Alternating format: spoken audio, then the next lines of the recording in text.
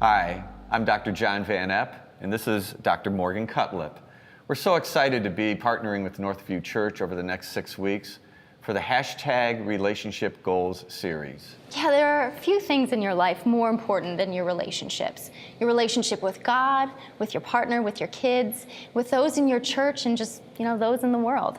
So let us begin with telling you a little bit about our relationship. For full disclosure, this is my daughter. Yeah, and I've been working with you pretty much since I was in grade school. And it started with a couple times a year when I was around 6 or 7. You'd take me on a special day with Dad, and we'd go to your PhD classes. And I think I'd pretty much just sit there and eat candy and pretend to take notes. That's all I was doing. But I guess, in the end it all took, because it really became a passion of mine and a calling for me as I pursued my master's and my PhD work focused on healthy relationships. In my clinical work, I found myself working with so many singles who are just so hungry for clear guidance and direction in the area of their relationships. And this just really confirmed for me that I was following the right path. There's no doubt about that one. So a little bit about my background. I started my career by going to seminary while planting a non-denominational church in Ohio in the early 1980s.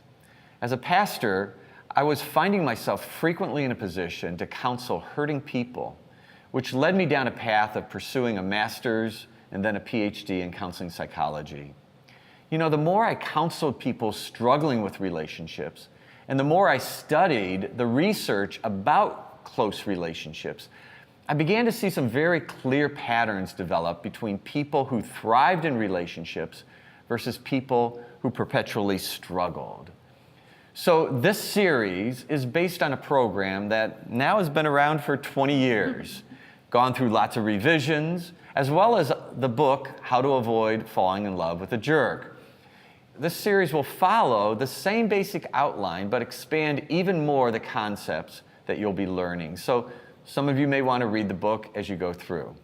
What really excites me about this material and this series is just how practical it is. We've all known singles who are all heart when it comes to their relationship. They go from 0 to 100 in a really short amount of time and inevitably end up getting hurt. But then we know people who are all head. I've known these people who just seem like they're so detached from their heart and relationships. So in this series, we're going to help you guard your hearts by building safe and healthy relationships that also engage your head. In other words, we want to help you get your head and your heart to work together.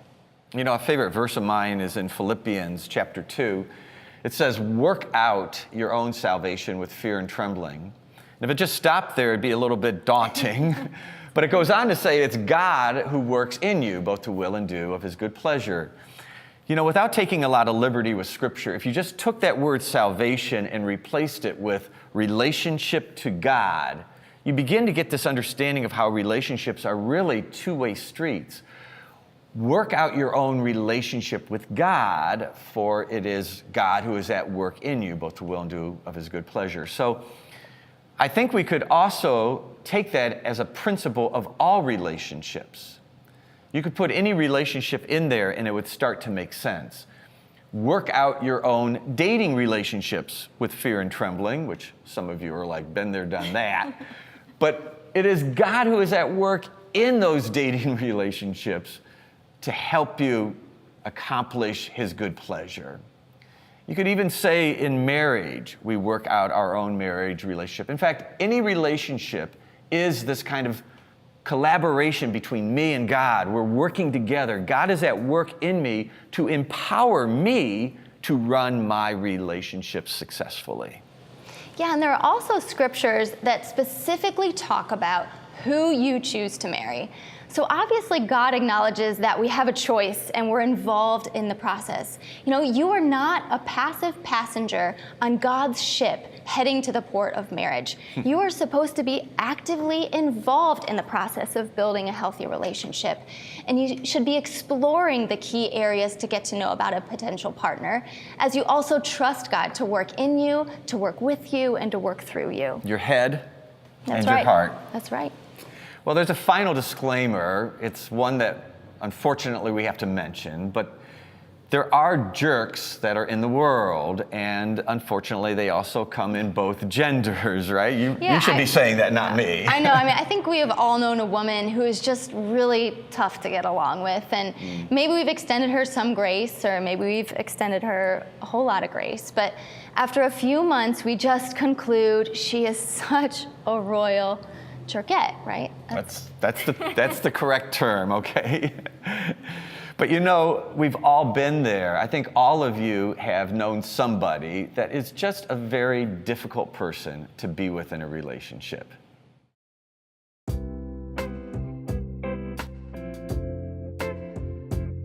People who are not self-aware.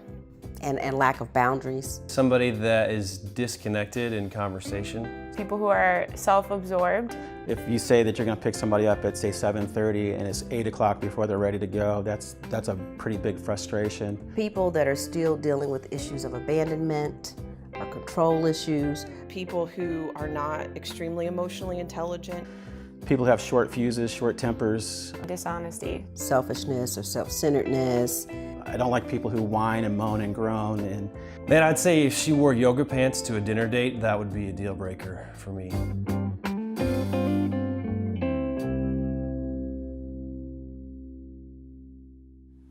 Well, you know, we could just go on all day with those, and everyone has a story. You know, let's just collect some characteristics right here of what a difficult partner looks like, I got okay? a few. Okay, go ahead. All right, selfish, narcissistic, we got liars, people who are controlling. Players, people that have anger issues. I've seen that one too many times. Yeah, the jealous type, so that's a tough one. Or people who are just so much drama, right? Or people who are just really pessimistic, always negative, or kind of paranoid and mistrusting. So if you and I are honest for a moment, and if everyone with us is honest, how many of us at one time or another have been selfish? Let's raise our hands. So no. I see those hands, some of you. How about controlling? Okay, looks like the same hands. I think so. I think so. Well, it begs the question, if all of us at one time or another have acted like a jerk, what's really the difference between acting like a jerk and being a jerk? Yeah, and the difference is really, jerks have this persistent resistance to change. That's so true. You know, you need to look for someone that has a genuine willingness That's right. to deal with their issues. So if it's possible for people to work on their issues and make changes, there's hope. So That's right. Tell me there is hope, right? There is hope, yeah. So let's identify what it takes to really make some meaningful change. Okay, so what's the first thing? So here's somebody, they have some issues. What's the absolute first thing that they would need to really move toward change? Yeah, the first thing that you really need is insight. You gotta know you have issues, right? You gotta see and define what is going on before you can really ever make change. Because what you can't define, you can't change, you can't manage, and you can't really work on it. So you need some self-awareness. So here's a person, they have insight, they identify their issues, now they're on the road to change, right? I mean, maybe they're on the road to change, but you really need to have motivation because there are so many people who clearly see that they have problems, but they don't even really care about it. I've seen those people. Yeah, they're kind of proud of their pathology. That's a scary person. Don't date that person. Run. Unfortunately, if you have motivation and insight, that's not enough either, is it? No. You need to have some new information. You have to have a plan. You know, many times you've learned what wrong looks like, and you need to learn what right looks like. So there'll have to be some sort of input from somewhere else. So maybe a book, maybe you go to counseling, maybe you've seen healthy relationships and then learned from them, but there has to be something new. So if you have insight into yourself, and you are able to identify and clarify what's going on and what the issue is, and you're motivated to do it, and you're getting this new information, really the last ingredient. Yeah, the last ingredient is time. I mean, you really need to persist with these changes over time. That's where it breaks down a lot of times, isn't it? That's right. I know people give up. I mean, but it's so rare to really make changes instantaneously, and it's important to remember that. 'Cause some people are like, "Oh, you want me to change that? the next day they're supposedly changed, but it doesn't work that way. You have to keep at it. Such an important point. You have to keep at it. And sometimes when you're dating somebody and they have an issue and you see it and they work on it, we don't, we assume that one or two of these ingredients is enough. But listen, when you're dating somebody, first of all, if they're working on making some change, make sure you see evidence of all four of those ingredients, because insight alone, it's not enough. And if they have insight and they're motivated, but they don't have a clear plan, not enough.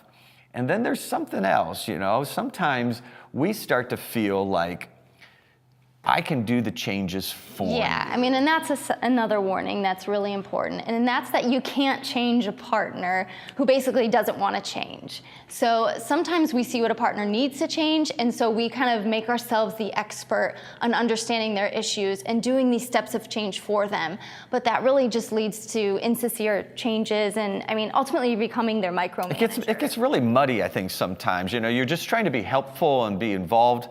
But next thing you know, it looks like it's your agenda to help them change or to bring about their changes, and it's not theirs. They've lost ownership. That's right. So make sure when you're dating someone, if they have some issues, they're taking real ownership of them and really making the motions toward change with those four ingredients. That's right. So earlier, you mentioned the relationship attachment model, or we call it the RAM, right? And it provides an easy to understand way to keep our heads and our hearts working together in our relationships. But why don't you tell us a little bit of what it's about? All right. So in the 1980s, when I was working on my PhD, I really read a ton of research, and I was just totally into that stuff about close relationships. That was what it was called. And in my Christian life as well, relationships were so central. So both in my studies and in my own personal faith, all of this was meshing together. And I read about what were considered to be called relationship bonds. So you might say you would go in the library and there'd be a whole set of shelves about a relationship bond. So what am I talking about? Like the word trust. Trust was a bond. Well, there are books written about trust and what trust is and what happens when trust gets broken. And you just can imagine all of the things and theories of trust and research on trust in relationships. Well, then you'd go over to another area of the library and there'd be other books and research on another relationship bond. We'll say how you know somebody, so like communication and intimacy and self-disclosure and all the stuff that goes into that. Well, I began to become aware that these looked like pieces of the whole. So when I saw this, not only in my, personal studies, in my academic pursuits, but also in the scriptures, it looked like these same relationship bonds were actually needed to be put together for us to truly understand what a relationship really is. Not only with others, but even our relationship with God had these same bonds. So I developed a theory and an interactive model of relationships, just to pull this out, and it's called the RAM, or the Relationship Attachment Model. So we'll refer to this as the RAM for short. And once you understand what is going on in your relationships, specifically the bonds that are occurring, then you will be really more empowered to do what we read in that Philippians passage, to run your relationships. If you look up the word relationship in the dictionary, it just has this word defined as connection. But in reality, these are the specific connections that really occur in your relationship. That's right. So first, there are 5 connections, or we're going to call them also dynamic bonds, because they move and they change over time. And these are all occurring in your relationships. So they go up and down, right? That's right. And they work together to create feelings of closeness or also feelings of distance in your relationships. And the first bond is know. And this is the what type of information. So what do you know about somebody? So for example, your best friend is someone, right, who knows you better than anyone, and you really know them, and you feel close to them, and it's really directly related to this know bond. But if you kind of lose contact, maybe one of you moves They moved away. Yeah, you start to drop in how well you know each other, and then also your feeling of closeness will subsequently begin to drop. So each of these relationship connections has a range that can fluctuate, and it contributes to the overall feelings of closeness in your relationship. And know and trust are not the same, are they? No, Right? they're not. For some people, the more you know them, The less you trust. your trust just drops. So trust really is that feeling of confidence in them that comes from what you think about them. So it's kind of taking what you know and forming an opinion of it. You know, this is what I think about what I know of you. But trust goes up and down. And trust is also very bonding, isn't it? It helps to bring about that feeling of safety and security. So if you have somebody that your trust begins to drop, then your feeling of closeness, just like you said, again will drop. So the know and the trust both are able to fluctuate, but they are contributors in all your relationships to this sense of connection or closeness. That's right.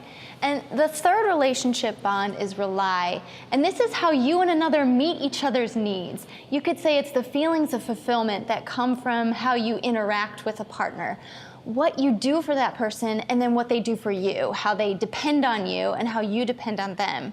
You can call reliance basically the action of trust.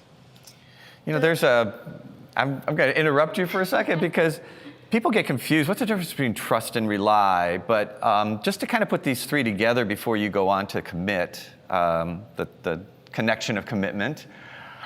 I remember when you were in school, back in high school, and you hated working in those assigned small groups when your entire grade depended on the group process and what the group was doing. Any of you ever had that before? You know, where you were very concerned about getting good grades, that was important to you, and there was somebody that you knew really well that was in your group, and you had no trust. In other words, your opinion of them, what you believed about them was, they are not going to do their work. They were slackers, right? But you were completely reliant or dependent on them to actually, you know, come up with whatever's going to be the grade. Exactly. So this feels really unsafe, really vulnerable. Yes, and what you believe about somebody and how you depend on them can be actually very different. So you'll get to know these a lot better as we keep going through, but we've covered three so far: what you know about somebody, what you believe about them, and how that produces some feelings of trust, and then actually how you interact and rely on them. Yeah. What's another connection? So the fourth relationship connection is commitment. And this is really the degree of investment in your relationship. So kind of like how much priority you make this relationship. You know, in some way, there are levels of commitment tucked into the label we give our relationship. So are we acquaintances? Are we friends? Are we going together, exclusive, engaged? Did you ever label somebody, you know, they're just friends and you're like, oh, you guys are going out? No, we're just friends. Well, there's more into that meaning, right? Yes. There's more to those labels. But so commitment does go beyond just a label, and it has to do with how you're there for each other and how you really persevere through tough times. Yeah, investment is a really good word for what we're talking about in commitment. And then touch. This is another way that we connect in all our relationships, and it's, you know, not just sexual. Let's start with just, you know, friendly, affectionate touch. Parents and kids know how important touch is to have these expressions. You've got two little children of your own, and they just love to give hugs and to sit on your lap. And we know from all of the sciences, from biology to psychology, touch is so bonding. So, and we also know in terms of the sexual relationship, that is bonding as well. Each of these is a major contributor to how you connect or how you bond in a relationship. But if you start to put them all together, you really have a great picture of what goes on between you and another person. What is actually a relationship? It's this more robust, comprehensive understanding. It's kind of like a GPS system, isn't it? It helps you to know where you are, like your location, and also where you need to go, kind of like the journey of where you're heading. So where am I in the know with you? You know, where is our trust level? What's going on there? How are we going about meeting each other's needs? What is my commitment level? What's happening in our physical or sexual interactions? This helps me to know my location and also helps me to kind of profile what's in balance or what's out of balance. Yeah, so let's take a closer look at no for a little bit. That's a good idea. This is so important. And we really should be thinking about, what does it take to really get to know someone? We'll have several sessions looking at what you need to get to know, but I want to talk about the process of getting to know someone. What do you actually have to do? So we'll say that there are 3 T's that go into really knowing someone. The first is talk, then togetherness, and then time. Now, talk sounds like an obvious one, right? But you got to talk. There is a little bit of like the lost art of conversation, and the importance of talking and with the ease of texting and messaging has been lost a little bit. So I like texting. Yeah, I like helps to texting keep in too. contact with someone through the day. And I remember when we didn't text or we were out of contact for But I most know of the people, day. they kind of build their whole beginning of their relationship through texting. That's what I counseled college students, and every time they would describe an argument that they had with one of their significant others was like, okay, did it happen in person or were you just texting? And like 90% of the time it was through text. And I've read research about how many breakups now happen through a text. Yeah. That's kind of nasty, So isn't easy. it? No, it's easy. I It's think easy. that's Oh, why. okay. Sorry. It's okay. You're allowed to do that. It's a really good But you point. gotta have meaningful conversations to really get to know someone. You have to have those in-depth and meaningful conversations. Because it helps to reveal what goes on in somebody's head when you have these meaningful talks. In other words, what you talk about is so important, but it also shows you how a person talks. You know, when you're face to face, you've got body language and you've got, inflection and tone of voice. You've got all this stuff that helps you to know really the person way better than just some content. That's right. And that leads kind of to the second T, doesn't it? The second T is togetherness. So that means that you need to see a person in different settings and see them in different moods. I mean, does somebody act differently when they're stressed out versus when they are? Of course. How do they act with their friends? How are they with your friends? Sometimes How people important are is really it to different. see somebody when they're mad at you? It's really important. That's why get them mad on the first date. Just tick them off. It doesn't work that way though, does it? But people have different sides, and it's usually situations and moods that seem to bring out all of the different sides of somebody. It's just impossible to get to know somebody just in one setting. I like to think of those as like incubators. If you meet somebody on the job and you're getting to know them in the job or at your workplace, you're getting to know them in an incubator that protects you from all of the other settings of life, but it limits or restricts your ability to really know them. That's right. It definitely does. The last T we're going to talk about is time. So just think about what it really means to know someone. And in the beginning of a relationship, you kind of just see little instances or incidences of that person. But this might or might not be their patterns and habits in relationships. But over time, you're going to start to see things emerge. And then they'll start to repeat. And then and only then can you say you really know them. Yeah, what is a pattern by definition? Yeah, it's a repetition, right? Over time. That's right. So you can't escape these 3 T's, and getting to know someone, I would say, is genuinely locked in some kind of a time framework. The feeling of knowing somebody many times is your trust. Oh, I feel like I know that. I've been talking to them for 3 days. We stayed up almost all night long sharing everything about ourselves, and I trust them, but it feels like you know them. But we confuse those sometimes. I think the knowing after 3 days is probably way down here, and your trust might be way up here. But as time, more talk, and togetherness occur, then, like you mentioned, it could really break down, that genuine sense of, I can believe in this person, because now I'm getting to know the real person. That's right. This is why so many people that I counseled, they would say, I thought I knew him, or I thought I knew her, but I guess I just really didn't. Yeah. So there is a sequence to try to put all this together, there is kind of, if you're looking at it, it starts to just emerge almost intuitively, this sequence that helps you to know how to build healthy, safe relationships. You know, if we're talking about building a relationship, understand, first of all, these don't actually have any order. They're just happening between you and another person. But if you are running your relationship, then you can have some involvement in how far you go in each of these areas. I mean, the intuitive sequence we're going to call the safe zone. So to stay in the safe zone, do not let one level get higher than the ones to the left. What you know should inform your trust. And your trust should be proven out by how they come through for you. You know, this is how you rely on them. So when a partner proves to be reliable, that helps to reinforce your trust. But you still don't want to go further in how you rely on them than the trust that has been established. And so the levels of what you know, what you trust, and rely on in a partner, these levels help to inform how far and how safe it is to go in your commitment.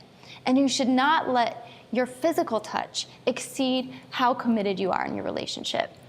You know, from a biblical perspective, marriage is the highest level of commitment.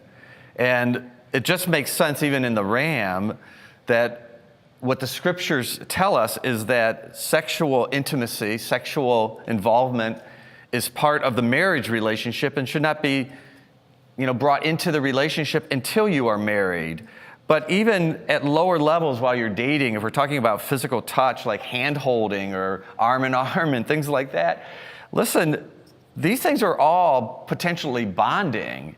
And your commitment level, which comes from your reliance and your trust and your knowledge, this all starts to inform where to set boundaries, even in your physical relationship. Yeah, and that's the safe zone rule, right? If you take a level higher than the one to its left, then the risks seem really obvious. Yeah, you can do that actually with trust. So we'll just kind of walk through each of these. So when you trust somebody more than what you know them, it starts to create a lot of risk. I mean, you can just look at it and see it intuitively. And you'd say, well, why does somebody do that? Well, I guess we'll talk more later about some of the reasons why we end up building relationships in unsafe ways. But I do think that we have a culture now that tends to almost promote accelerated connections in some of these areas, and trust is one of them, and we're going to talk about touch, that's another. But yeah, but even when you form some sort of emotional connection, so a reliance on a partner that's way beyond your trust. This is done sometimes when someone is kind of needy, or when someone needs to be needed, they need to be the caretaker, or even this can happen in a crisis. And then there are those who are just really not happy unless they're in a relationship. Oh, that's where the commitment goes way up, huh? Exactly. Like they need to belong to someone, or they need to have someone need them and want them. And they run their commitment up really fast, and then, before you know it, they've dropped all their friends and they're nowhere to be seen.